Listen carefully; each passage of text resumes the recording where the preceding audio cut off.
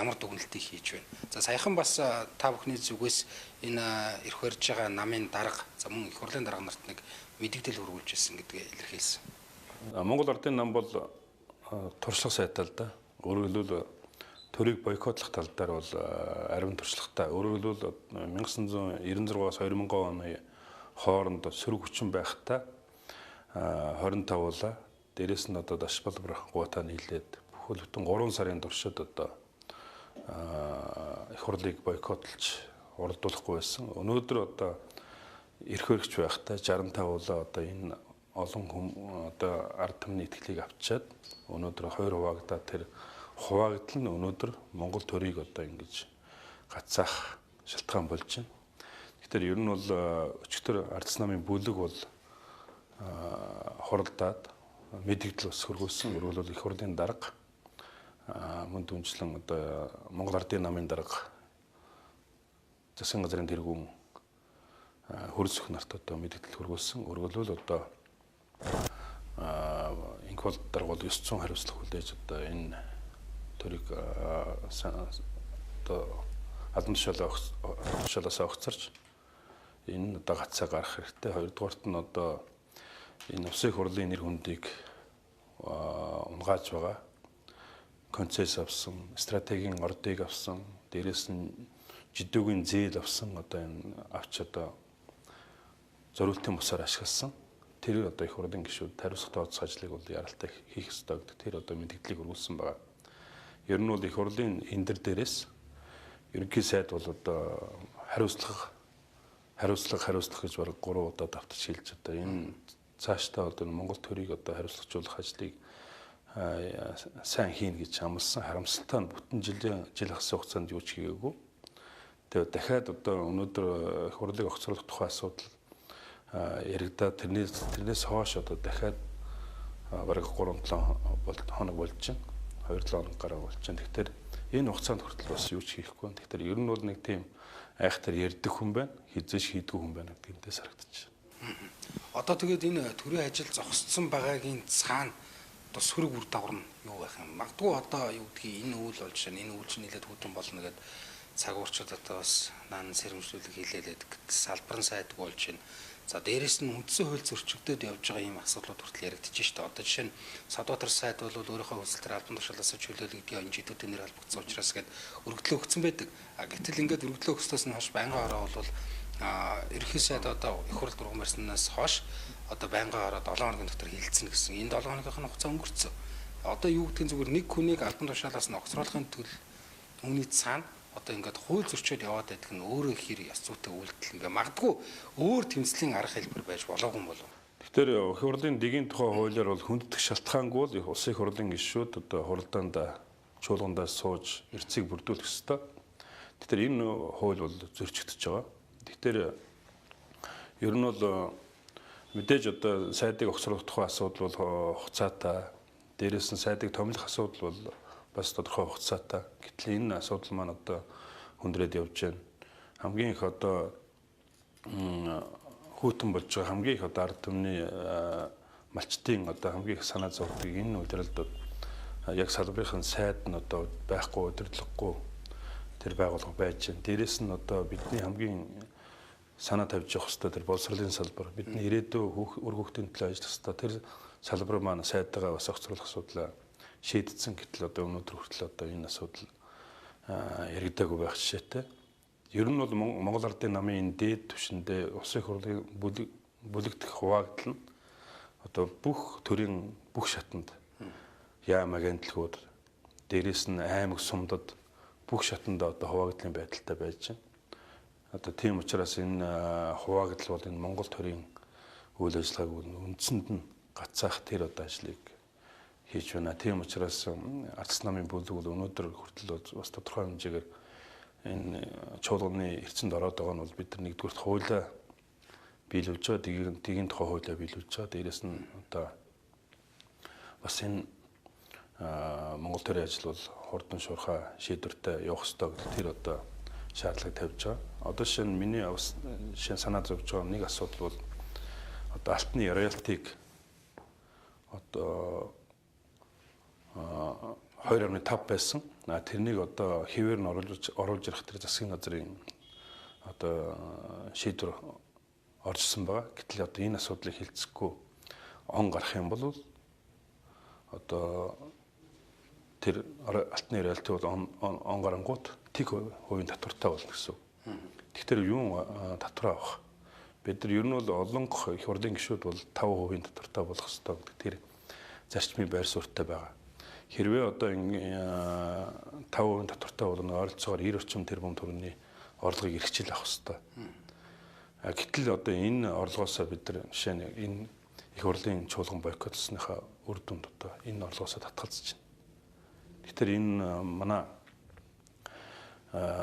Монгол Ардын намынхан энэ одоо чухал яаралтай шийдэх тэр асуудлууд дээр одоо хоорондоо хэрүүлийг хойшоо тавиад тэр хэрүүлтэй асуудлаа ярилцахгүйгээр бусад асуудлаа ярилцаад явах нь зүйтэй гэж би бас үзэж байгаа.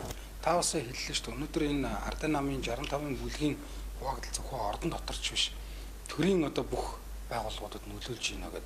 Ялангуяа орон нутагт нөлөөлж байна гэдэг маань өөрөө бас нэлээд анхаарах хэвээр асуудал байх. Яг ямар үйл явц өрнөд байгаа юм. Тэгэхээр одоо хамгийн захын жишээ байна шүү дээ. Одоо хот дээр өөрөө энэ хуваагдлаасаа болоод хотын даргаыг огцруулчлаа тийм үү. Манай Ховд аймагт гэхэд л одоо хуваагдал байж байна. Засаг даргаа огцруулаад өөр хүн тавьж явах шишээтэй. Ер нь бол ингээ хаасаагүй нэг өөрөлдвөл Ардын намын гишүүд ихэнх нь аймаг болгоноос 2 3 байгаа тийм үү. Тэр гишүүд нь бүгдээрээ хоёр талдаа гарцсан. Өөрөлдвөл дээрээ одоо инквалдын тал, хөрсгөн талд гарцсан. Орон нутгатаа тэр одоо гишүүдэд агсан тэр хэсэг хүмүүс нь бүгдээрээ хуваагдсан. Ийм нөхцөл байдалтай байгаа. Тийм учраас энийг бол жишээ нь ил гаргаж тавихгүй зөвхөн дээдлийн одоо энэ бүлгийн хуваагдал яриад байгаа. Гэтэл орон нутгад бол бүх шатн тийм биш. Та нар судлаад үзээрэй. Аймагт болгондоор тавиад за айл аймагт айл хин гараад ингээд Аранга аймаг л одоо гуруулаа. Одоо инквалдын талд байж магадгүй. Бусад аймагуд бүгдээрээ нэг лидерээд агаад хоёр талтай гарцсан. Тэгээ хоорондын тэр зөрчил нь одоо бол дээд зэгтээ хүрсэн. Бид нар бол Монгол Ардын намтай өрсөлдөгч нар. Нам дотроо эдгээр бол хоорондоо дайсан болчиход байгаа юм. Энэ чинь Монгол хүмүүс шүү дээ. Дээрээс нь одоо нэг үзэл баримтлалын төлөө явж ирсэн юм хүмүүс.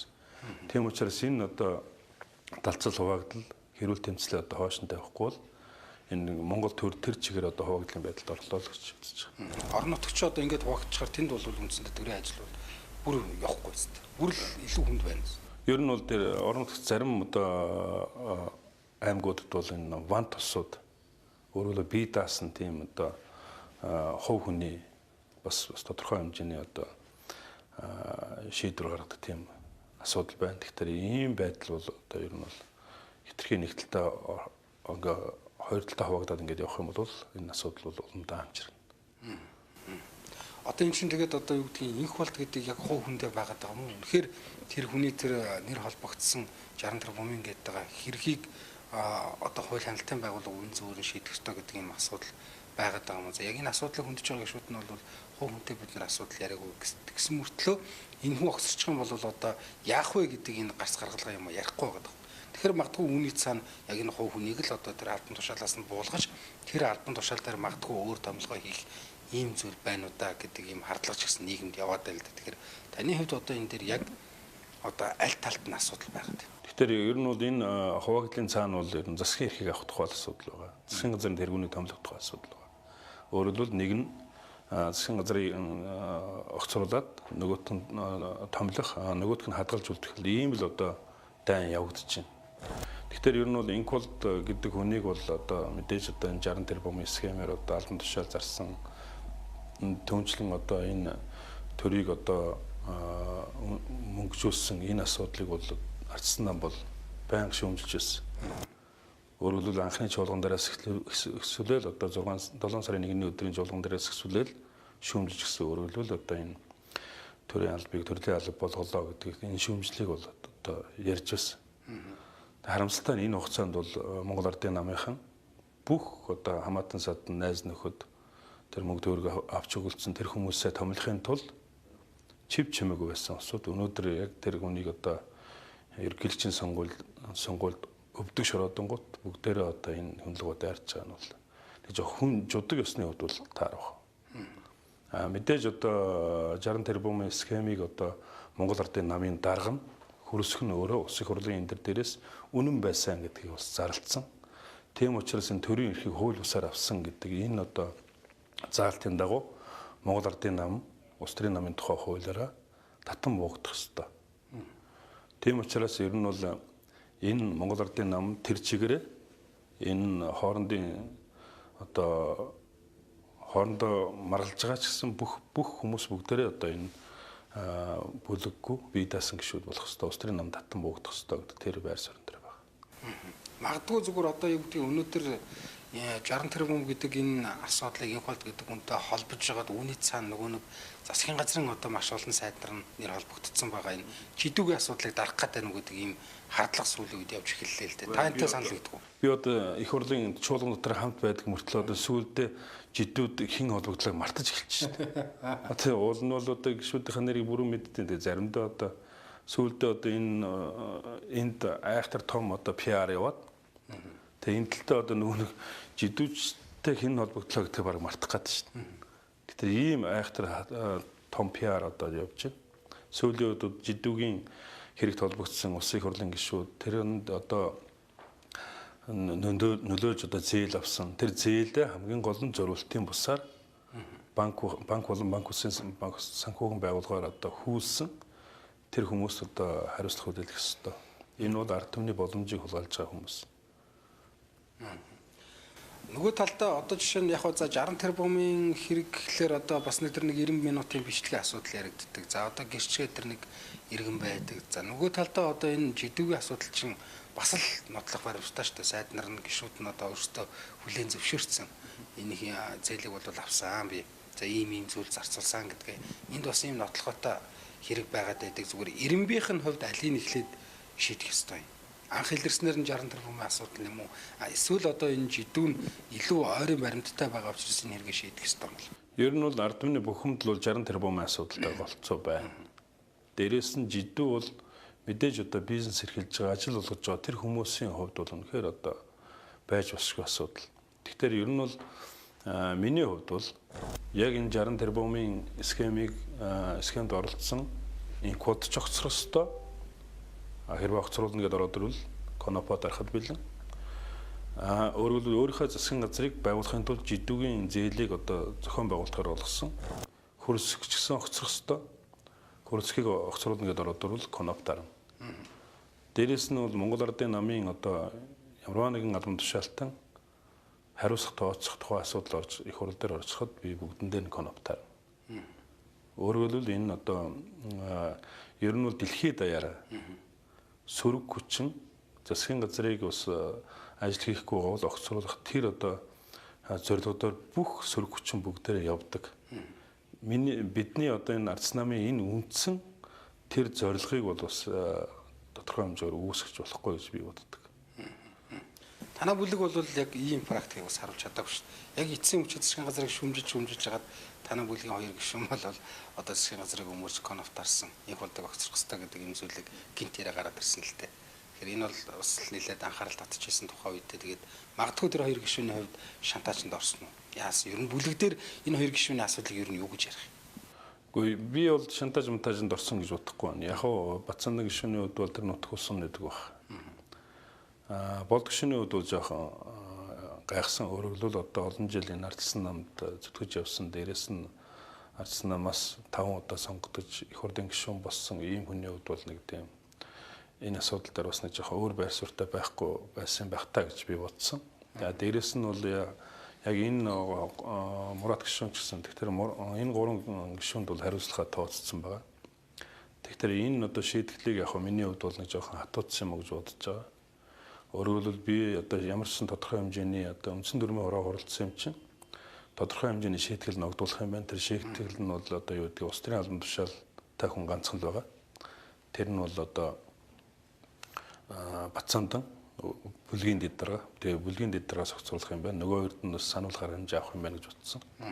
Тэгэхээр үнэхээр одоо үндсэн дүрмийн хүрээнд бол бидний одоо хоёр их хурлаараа дамжиж баталсан. Өөртөө одоо гараар өгж баталсан тэр дүрмээр бол яг энэ одоо Эрдэнэ даргын одоо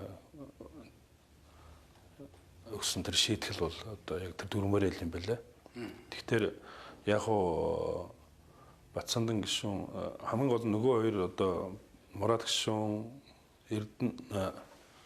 Бол гишүүн хоёрын хувьд бол одоо 4 хүртэл жилээр гэж байгаа. Тэгэхээр тэр нь бол 4 сарч байж болно. 40 хоногч байж болно шүү дээ. Тэгэхээр ер нь бол энэ хоёрын хувьд бол тодорхой хэмжээгээр асуудал шийдэгдэх юм байна гэж үзэж байгаа. Тэгэхээр Батсандан гишүүний хувьд бол мэдээж одоо амьдрал баян урт.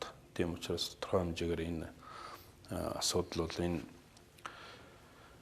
засгийн газрын хөцрүүлэх тухай асуудал, дээрээс нь инквалд дараагийн хөцрүүлэх тухай асуудал, энэ асуудлуудыг явсны дараа бас нэг юм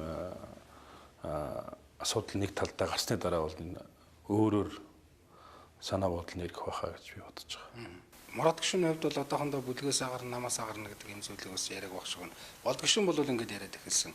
Энэ хүсэлтэд ч гэсэн өгцөн байгаа. Энэ болд гишүүний хүсэлтийг магадгүй одоо нам хизээ яаж шийдвэрлэх юм? Одоо хуульцсан хувьд гэдэг ч юм уу танаа намын дүрмийн хүрээнд ч юм уу болд гишүүнийг одоо ингээд хүсэлтийг нь хүлээгээд аваад хэрвээ намын гишүүнчлээс одоо төтгөлзүүлэх юм бол сөргөчний бүлэг гэж байхгүй болдог ийм асуудал үүсгэж байдаг. Тэгэхээр ер нь бол өнөөдрийн байдлаар бол яг дүрмийн дагуу болд гишүүн бол намаас гарах хөргөдлөд тэр тухайн шатныхаа байгууллагада өгөх ёстой. Тэгэхээр намын дараад өгчөөд явцсан. Тэгэхээр энэнийх нь хариуг бол намын байгуулалтын нарийн бичгийн дарга төвдөнд орж өгсөн байгаа. Тэгэхээр ер нь бол яг тэр дүрм журмынхаа дагуу явж иж намаас одоо хасах тухай асуудлууд яригдана. Тэгэхээр өнөөдрийн байдлаар бол нэгэнт одоо дүрм журмынхаа дагуу тэр өргөдөл юм хүмүүс өгөөг учраас энэ болд гишүүнийг бол ардсан намын гишүүн гэж үзээд үйл ажиллагаа явуулж байгаа. Тэгэхээр ер нь бол энэ хугацаанд тодорхой сарын хугацаанд асуудал шийдэх ёстой. Энэ сарын хугацаанд бас тэр хүмүүсийн хүсэж байгаа, зориод байгаа тэр зүйлүүд нэг талтай гарчууд энэ асуудал бол арай өөрөөр шийдэж магадгүй. Одоо тэгээд ер нь энэ төрийн гацааг яаж арилгах юм бэ? Инхолт гэдэг хүн ажлаа хүчээр үнэхээр төрийн цааш ингээд хөрвүүлээ явах юм ер нь. Тань дээр одоо жишээ нь оюун эрдэнэ гишүүн тэр гарын үсэг зураач гэж ирсэн үү? Над дээр ирэхгүй л дээ. Ягаад гэвэл би тийм нэг ардын намын нэг зүгээр нэг юм дурын гишүүний баланкан дээр гарын үсэг зурдаг хүн биш. Би чинь ардсан намаа намын төлөө бас олон жил зүтгэсэн. Тэр намынхаа төлөө үзэл санаа баримтлалын төлөө явдаг ийм хүн. Тэгээ хэрвээ одоо намайг одоо жишээ нь одоо орчод энэ дээр гар усруулж чиний наадах тарсан зурхгүй тэрний оронд би өөрөө алдан бичгээр өөрийнхөө баланкан дээр юма бичээд өгч чинь гэж хэлнэ л да. Даан чарамсалтай тэрийг маань мэдж байгаа учраас над дээр орчихгүй. Санжмартай гүшүүн нарантай гүшүүн хоёр бол өчтөр зурцсан баг шиг үстэй. Тэр ер нь бол яг хуу мэдээж одоо шахалтууд байгаа. Тэр хоёр гишүүний хувьд бол нэг тодорхой хувь хүний тодорхой нэг лидерийн одоо шахалт оржсон гэж би харж байгаа. Тэгэхээр ер нь бол мэдээж одоо асуудал байгаа бах. Ер нь бол их хурлыг тараах хүртэл бичгээр явж байгаа шүү дээ. Юу тэр мөнхөтийн балакан дээр хизэж сурахгүй. Над тийм одоо итгэл үнэмшил өөрөөр хэлбэл одоо тийм үзэл бодол санаа байдаг. Тийм учраас хэрвээ одоо асуудал гарлаа гэхэд бид нар бол өөрсдийнхөө намын бүлэг юм уу өөрсдийнхөө аль нэгэн дурын гишүүний ардс намын дурын гишүүний баланкан дээр гар усах зураад явахд бэлэн байна. Ялгаа баг юм. Өнөөдөр ингээд ийм нөхцөл байдалд хүрсэн ийм одоо их хурл магадгүй тамилсан засгийн газар тооцож чадахгүйгээ зарим гишүүч гэсэн шүмжилж байгаа харагдчихлээсэн. Тэгээд ийм чадамжгүй их хурл тарчуулсан. Тараалахал одоо болохгүй сонгуул хийдэг юм. Тэгэхээр энэ бол үнэхээр одоо энэ хуваагдал Монгол Ардын намын хуваагдал бол энэ төрийн үйл ажиллагаанд орчроод өөрөөр бол нам нь төрийнхөө дээдлэлт гараа суудсан. Өөрөөр бидний одоо баталсан тэр үндсэн хуулиа зөрчөөд ингээд явж байгаа. Ийм зүйл болчиход байгаа. Тэгэхээр ер нь бол бид нар мэдээж одоо би бол парламентд ёсыг дэмждэг. Өөрөөр энэ сүүлийн үед яваад байгаа тэр ерөнхийлөгчийн засаглалыг бол хүчтэй эсэргүүцдэг. Ийм одоо хүний нэг. Тэгэхээр ер нь бол парламентд ёсыг илүү төгөлдөржүүлэх, илүү сайжруулах, илүү одоо хүчтэй болгох тийм одоо зайлшгүй шаардлага байгаа.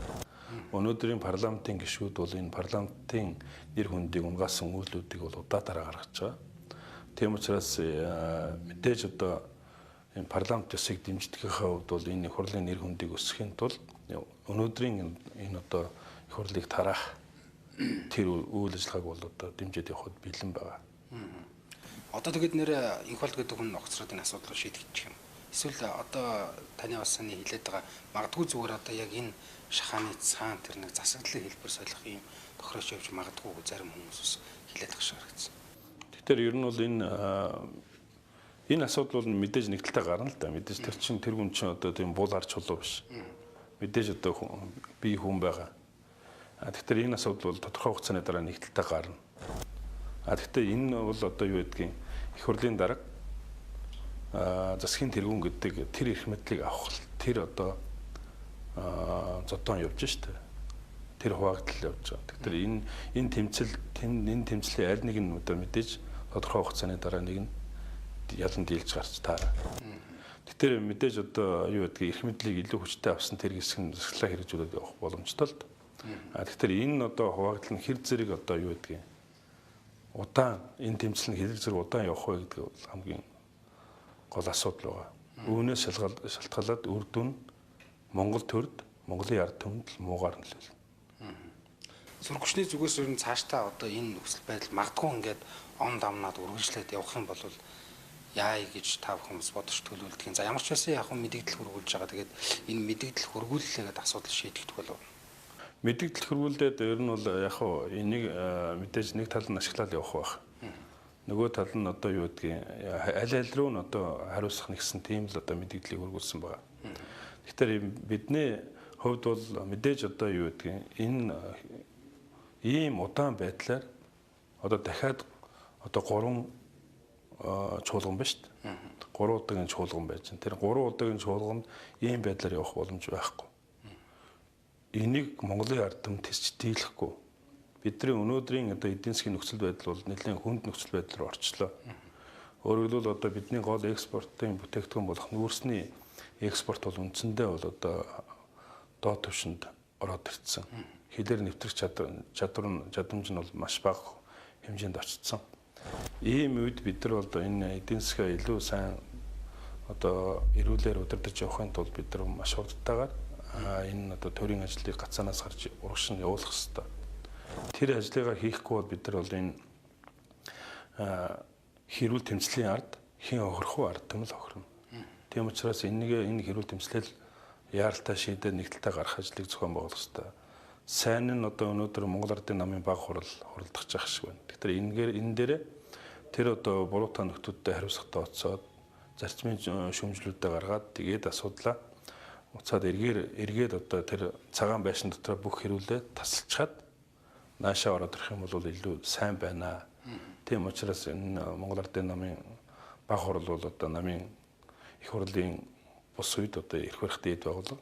Тийм учраас энэ дотор асуудлаа шийдээд ирээсэй гэж залбирч байна. Эдийн засгийн нөхцөл байдал гэснээс та бүхэн бас саяхан мэдээлэлгээд ер нь бол 2019 онд магадгүй одоо энэ хэвээр байх юм бол эдийн засаг бас хүндрэх юм төлөв байна. За ялангуяа энэ засгийн газрын үр төлбөр ч гэсэн одоо сүүлийн энэ 2 жил гарангийн хугацаанд бол асар их нэмэгдсэн гэдэг ийм зүйлүүдийг хилээд байх шиг байсан. Тэгээ яг өнөөдөр яг энэ дээр бодтой ямар мэдээлэл вэ? Ер нь эдийн засгийн нөхцөл байдал хаашаа ирэх хэрэг.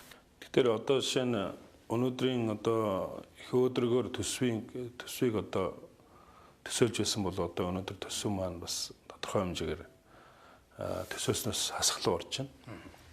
Тэгэхээр дөнгөж саяхан одоо ерөнхий сайд Японд руу явсан. Өөрөөр хэлбэл одоо Японоос 500 сая доллараар оруулж ирэх асуудлыг хөөцөлдсөн боловч харамсалтай нь одоо Японууд энэ бусад одоо олон улсын валютын сангийн бусад одоо донор орнуудаас асууя гэдэг шалтгаанаар дипломат хариултаар одоо буцаасан байгаа. Тэгэхээр энэ Японоос орж байгаа мөнгө орж ирэхгүй болохоор өөрөлд энэ Японоос мөнгө орж ирнэ гэд төсөвдөө одоо суулгацсан байсан тэр нь орж ирэхгүй болохоор хасгалуу орж ирнэ гэсэн. Би бодохдоо бол 500 сая доллар орж ирнэ гэж тооцсон байх. Тэгэхээр 500 сая доллар гэдэг бол ойролцоогоор 1,80 280 тэрбум төгрөгөөр одоо энэ төсөв тасалдаж эхэлнэ гэсэн үг. Тэгэхээр бид нар бол энэ эдийн засгийн нөхцөл байдал бол ирэх жилд бол нэлээд тийм сөргөөр бий болох нь. Өөрөөр хэлбэл олон улсын валютын сангийн өмнө хүдээсэн үүргээ Японы засгийн газар өнөөдрийн тогтворгүй байдлаас шалтгаалаад хойшлуулж шít. Тэгэхээр тэр улсуудчин бол нарийн сайн мэдээлэл авдаг орон тийм учраас энэ дээр бол хэрвээ одоо ингээд тодорхой хэмжээний зээл өгөх юм бол Монгол улсын засгийн газар буцаагаад энэ хугацаанд төлөх тийм нөхцөл байдал нь илүү модна гэсэн тийм одоо үндслээр одоо боловлж явах шиг байна. Тэгэхээр ер нь бол эрхчлэлийн хувьд бол эдийн засгийн нөхцөл байдал улам хүндэрнэ. Өнөөдөр та бүхэн бүгдээрээ мэдж байгаа бах. Засгийн газрын өөр 4 их найд төгрөгөөр өссөн байгаа. Дээрээс нь одоо Монгол улсын засгийн газрын гадаад төгрөг бол 3.4 тэрбум доллар өссөн. Энэ одоо мөнгнүүд бол асар их мөнгө. Гэтэл өнөөдөр яг энэ өнгөрсөн хугацаанд юу хийж битээ вэ гэдэг нь бол үнэхээр одоо харамсалтай ийм нөхцөл байдал руу очиж байна. Тэгэхээр ер нь бол цаашдаа бол эдийн засгийн нөхцөл байдал илүү одоо бид нар эрхчлүүдэд илүү их төлбөр төлнө. Дээрээс нь одоо эрхчлүүдэд бол энэ уул уурхайн бүтээгдэхүүнүүд өндөр үнэтэй байсан бол жоох нэлээд буурна. Энэ үед бол эдийн засгаа яаж авч явах вэ? Өнөөдрийн эдийн засгийн нөхцөл байдал илүү эерэг байсан өнгөрсөн 2 жилийн хугацаанд юу ч хийсэнгүй шүү дээ. Тэгэхээр ийм үед одоо ийм ажил хийгээгүй хүмүүс одоо эрхчлүүд энэ нөхцөл байдал хүндрэхээр энэ мөрийн хөтөлбөрөөр яаж биелүүлэх вэ? 16 онд авсан амлалтаа 20 онд одоо юу биелүүлсэн гэж очих юм. Тэгэхээр ийм нөхцөл байдлууд бас бий болж байна. Тэгэхээр ер нь бол энэ хамгийн гол асуудал бол улс төрийн дотоод нөхцөл байдлыг бол мэдээж одоо гадаад улс орнууд бол ажиглаа сууж байгаа. Энэ докторгүй байхтар гадаад хөрөнгө оруулалт орж ирэхгүй, гадаадын донор орнуудын итгэл буурна. Ийм одоо нөхцөл байдлууд руу очиж байгаа учраас энэ одоо дотоод одоо энэ хэрүүл шугана маш хурдан дарах ажлыг зохион байгуулах хэрэгтэй. Яг энэ улс төрийн үйл ойлголцлын хажуугаар одоо бас Монгол улсын хувьд нэлээд тулгамдсан зарим одоо томоохон асуудлууд бол бас нэлээд бүдгэрэг шинжтэй болж байна. За тэр оюу толгойн одоо хөрөнгө оруулалтын гэрээнд одоо хэрэгжилтэн дээр шалгалт хийсэн байгаа ажлаас гараад за дээрэс нь одоо энэ эрдэнэ төлбөртэй холбоотой асуудал ер нь бас хаана яаж явж таны хувьд эрдэнэ төлбөрийг шалгах ажлын хэсэгт бас ороод ажиллаж байгаа. Одоо энэ нөгөө өдөрт 1.2 сая долларын хүү торгуулаад төлөөд байна гэдэг энэ асуудал маань магадгүй одоо тэр нөгөө 100 сая доллараас өөр хитрээд аваад хэд болоод явсан юм бол энэ асуудал өнөөдөр ямар шатнд явж байгаа. Тэгэхээр Монгол Ардын намын тодорхой албан тушаалтнууд гарчаад нэг зүйл ярьдаг. Ер нь бол би бол одоо ингээд эрдэнэ төлбөрийн дээр тодорхой арга хэмжээ аваад тэрнийхэн дагуу одоо буруутай этгээдүүд хариуцлага тооцоод тэгээ энэ мөнгийг төлүүлнэ. Тэгээ усыг хохирлгүй болгоно гэж ярьдаг. Энэ бол ард түмнийхээ талхыг угааж байгаа, худлаа хэлж байгаа зүйл. Ард түмэнд дээрэс нь одоо эрдэнэтэй тэр үйлдвэрийн ажилчдад бол үннийг хэлэх ёстой. Өнөөдөр бол 100 гаруй сая долларын одоо арбитрийн шүүхийн шийдвэр гарцсан. Дээрээс нь сая гаруй доллараар одоо төлбөр нь явж байгаа. Тэгэхээр энэ одоо хэргийг зохион байгуулсан хүмүүс бол эрдэнэ үйлдвэрийн удирдлагууд тодорхой албан тушаалтнууд байгаа. Тэр хүмүүст хариуцлага тооцох боломж өнөөдөр байхгүй болсон. 2017 оны 5 сард батлагдсан эрүүгийн хуулиар одоо албан тушаалтнуудад одоо хамааралтай хэргийг үйлцэн хэргийг одоо хөөн хилцэх хугацааг нь 5 жилээр болгоцсон. Өөрөөр 10 жил байсныг нь 5 жил болгоцсон. Тэгэхээр энэ одоо хэрэгүүд бүгдээрээ 13 оноос өмнө гарсан учраас тэр хэргийг үйлдсэн тэр одоо баталгаа өгсөн тодорхой шийдвэрүүдийг гаргасан тэр хүмүүстээр өнөөдөр эрүүгийн хариуцлага тооцох боломж байхгүй болсон байна. Өнөөдөр бол яг хоо энэ аюулгүй тэмцэх газар цагдаагийн байгууллагч юм одоо эдгээр шалгаад явж байгаа. Яг шүүхтэр очихдор шүүх бол яг тэр хөөнхөлцөх хугацааг нь хараад тэр хүмүүсийг хэрэгсэхгүй болгочихно. Хууль нь тийм юм. Өөрөөр хэлбэл Монгол Ардын нам өнөөдөр засагт харангуйтаа энэ хуулийг одоо ингэж баталсан. Өөрөөр хэлбэл энэ уул мөрөө баллахын тулд энэ асуудлыг ингэж шийдсэн байна. Хоёрдугаарт нь энэ одоо зээлийг авсан Батхүү гэдэг хүн өнөөдөр шоронд сууж байгаа. Бүгд надад мөнгө байхгүй, төлбөр төлөх боломж байхгүй гэж хэлж байгаа. Миний 2 чихийг ав гэж байгаа. Тэгэхээр өнөөдөр тэр одоо буруутай этгээдээс мөнгө хөрөнгө гаргуулах тухай асуудал байхгүй. Одоо хөрөнгүүд нь зарим нь одоо том компаниуд очсон байгаа. Жишээ нь одоо Justin Батгуугийн олон угаат бол Нямдоржийн Алтангийн мэдлэл очсон. Цагтаанд дуурахгүй. Justin тэр Колонг хурцсан мэдлэл очсон. АТ-гийн дуурахгүй. Тэгэхээр ийм нөхцөл байдалд одоо энэ Эрдэнэтийн асуудал бол хүнд нөхцөл байдалд орсон. Тийм учраас одоо энэ төлбөрийг бол хүссэн хүсээгүй баталгаа гаргаснараа Эрдэнэт төлөвлөлт өөрөө төлөхөөс өөр аргагүй. Би нэг Эрдэнэтийн ажилтны хурал дээр хэлсэн. Та нар үннийг мэдэх хэрэгтэй гэж. Өөрөөр хэлбэл ардын намын гишүүд одоо миний өмнө гараад үг хэлэхдээ буруутай этгээдүүдээр олж хариуцах тооцож төлбөрийг багдуулна гэж хэлсэн. Тэр хүмүүс нь сонгуулийн шоунд очиж байгаа юм шиг хэрж ил. Үннийг мэдэх хэрэгтэй байхгүй. Тийм учраас энэ төлбөр бол одоо маш яралтай арга хэмжээ аваад тэр одоо олон улсын практикт бол төлбөрийг бууруулах яриа хэлцлүүд байдаг. Өөрөөр хэлбэл одоо энэ төлбөр бол энэ тодорхой хэмжээгээр энэ улс төрийн нөхцөл байдал орцсон юм байна. Дээрээс нь төлбөр төлөх тэр одоо субъектууд нь мөнгө авсан субъектууд нь шороо оронд орцсон байгаа юм байна. Тийм учраас би энэ төлбөрийг бол тодорхой хэмжээгээр авч чадахгүй нэ гэж үзэх юм бол тухайн компани нь одоо тэр төлбөр төлөгч компанитайгаа яриа хэлцээнд ороод тодорхой хэмжээгээр өрийг бууруулах тийм боломж өгдөг. Тэрийг л ашиглах хэрэгтэй. Бусдаар бол одоо тэр энэ одоо хэрэгт оролцсон ган зөргөөс сугараас тэгээд тэр Justin Батгуугаас юу ч хүлээгээд нэмэргүй. Засгийн газар чинь бол одоо яг нэг тийм яриа хэлцэр хийж байгаа л гэж яваад байгаа. Тэр нь одоо тийм бас удаан хугацаанд гэдэг юм. Ер нь багцаа хэлээш та одоо ер нь яг эцсийн мөчөд бид нэр хэдэн төгрөгийн үр төлбөр төлөх гэдэг. 110 хэдэн сая долларын төлбөр төлөх ёстой. Тэгэхээр ер нь бол өнөөдрийн засгийн газар тодорхой албан тушаалтнууд юу ч хийхгүй. Өөрөөр хэлбэл одоо юу гэдгийг эдгээр бол мэдээж айцтай байгаа. Өөрөөр жишээ нь Эрдэнэтийн 100 хэдэн сая долларыг одоо засгийн газар төлчлөө гэхэд дараа нь одоо хөрсхийг одоо засгаас нь буунгууд нь барьж аваачаа шоронд хийчихнэ. Ягаад гэвэл та энэ төлбөрийг одоо засгийн газрын шийдвэр гаргуулж төлөвлөсөн байна гэдэг. Өөрөөр хэлбэл одоо баярагч тэр сайхан бэлгийгч тэр авчаа хийчихэж шүү дээ. Өөрөөр хэлбэл засгийн газар хамтын шийдвэр гаргаад тэр шийдвэрийн дагуу гаргасан тэр асуудлаар нь шалгаад явчихна. Тэгэхээр өнөөдрийн засгийн газар бол энэ дээр ямар ч шийдэл гаргаж чадахгүй. Дээрээс нь Эрдэнэт төлөвлөрийн захирал бол бүр яагаад хийж чадахгүй. Тийм учраас ийм тодорхойгүй нөхцөл байдалд ингээд орчод байгаа.